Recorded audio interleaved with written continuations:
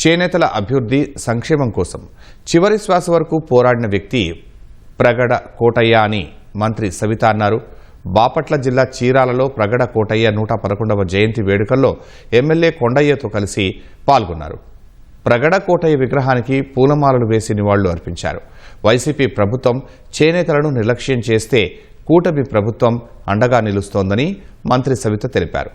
నేతన్న సేవా పథకం ద్వారా అర్హులైన ప్రతి నేతన్నకు ఆర్థిక భరోసా కల్పిస్తామని చెప్పారు. ఈ సందర్భంగా కోటయ్య కుటుంబ సభ్యులను మంత్రి సవిత సన్మానించారు. వైసీపీ పార్టీ గత ప్రభుత్వం ఏం చేసిందో మీకు అందరికీ తెలుసు.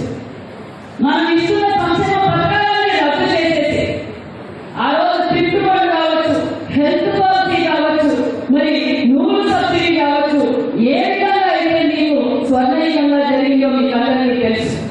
మరి 1924లో మనం 14-19లో ఇచ్చిన స్కీమ్స్ అన్ని బంద్ చేసి మరి నేతన్న నేస్తామని ఒక్కటే మీకు ఇచ్చారు. ఒక పక్క హ్యాండ్లూమ్స్